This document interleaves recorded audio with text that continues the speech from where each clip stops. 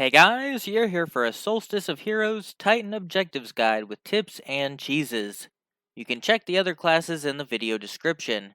Last year I made an organized list, however this year Seraphim Angels and Shinigami has already done that, so I'll be using that guide as a reference. Feel free to check the pinned comment for timestamps on each armor's objectives.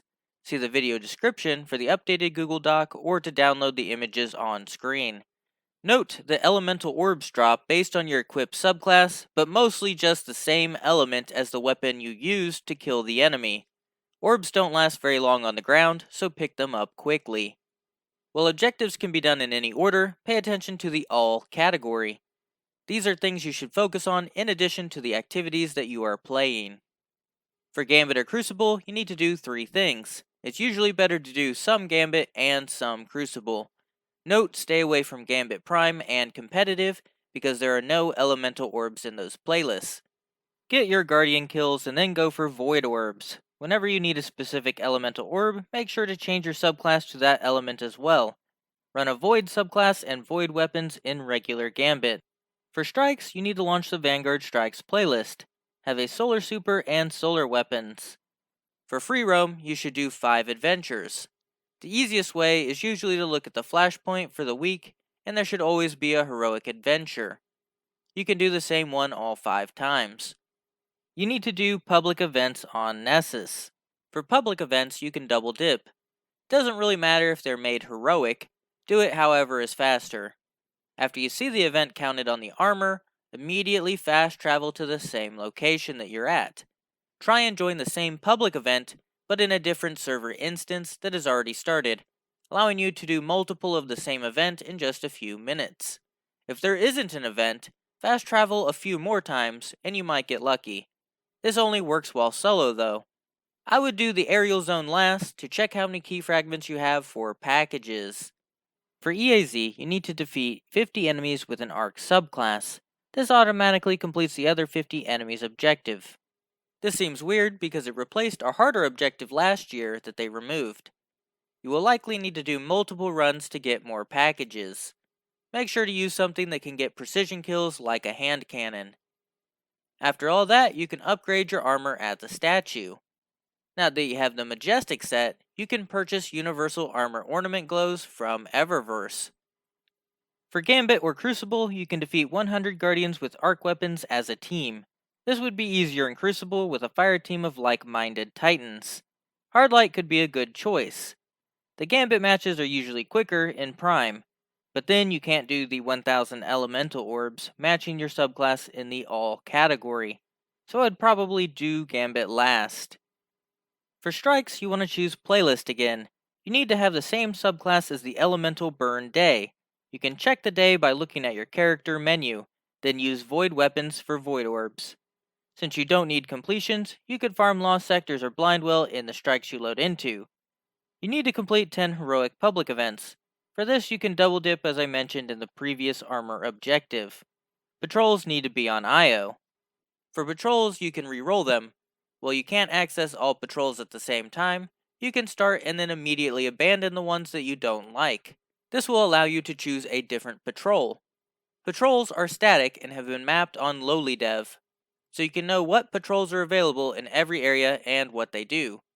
I usually do the 1 kill anything patrol and 2 salvage patrols in each area. If you want to do those patrols a second time, just go to orbit and load back in. On Titan, there are many patrols in an area. In the Winding Cove, there are only a few. There are a couple patrol tricks as well.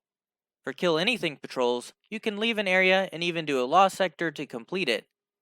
For scavenge patrols, you can easily cheese them. Have a fire team, and each member will get a scavenge drop if you're next to each other or next to the enemy that gets killed.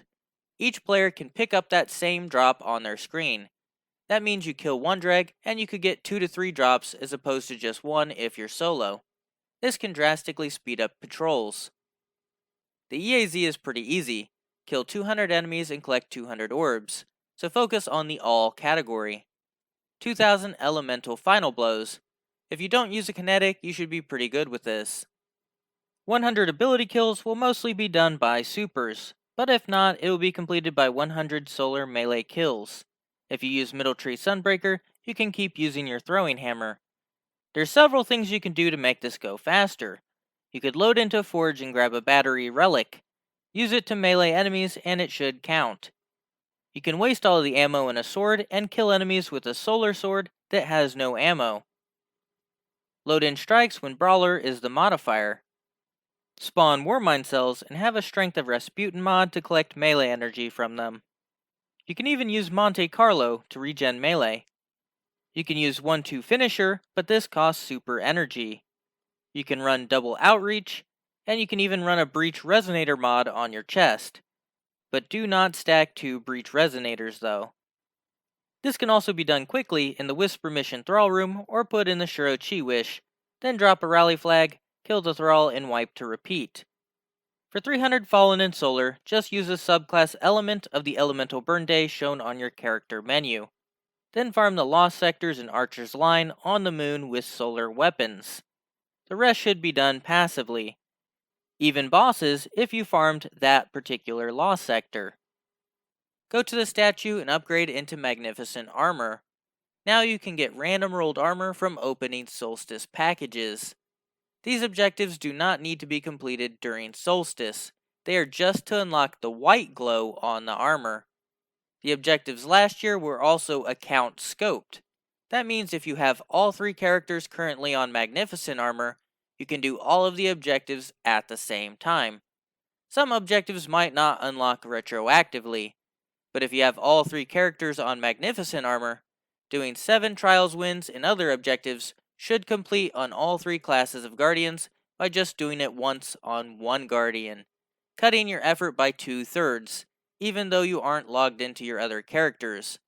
This only works for Magnificent Armor though, so make sure you have all classes on Magnificent Armor before you start those challenges. These objectives require you to win 7 Trials matches. They can be spread out so you don't need to win them in a row. For the Nightmare Hunt, just pick a lower level difficulty. The Master Nightfall is harder. You can check out my solo Master Nightfall Lake of Shadows cheese video or my other Strike Cheese videos for help. Complete Pit of Heresy dungeon, and defeat the final boss in Altars of Sorrow 3 times. You can use the Destiny Companion app to make a no-mic LFG post if you usually play solo. Some final notes: never dismantle Solstice armor that you are working on objectives. Always have those armor pieces equipped while completing those objectives. The Magnificent set might not need to be equipped while completing those, but why risk it? If your blue or Majestic tier armor is a low power, you may be able to grab it from collections at a higher power. This can help against invaders and Gambit, but only do that if you don't have any progress on that armor piece yet. The Empowerment buff for 30 Elemental Orbs matching the Elemental Burn Day grants tons of effects, so use those to help in solo flawless dungeon runs. You have 4 weeks of Solstice of Heroes. You can see those effects on screen. Don't expect this to get done in one day. It will take a lot of work to complete.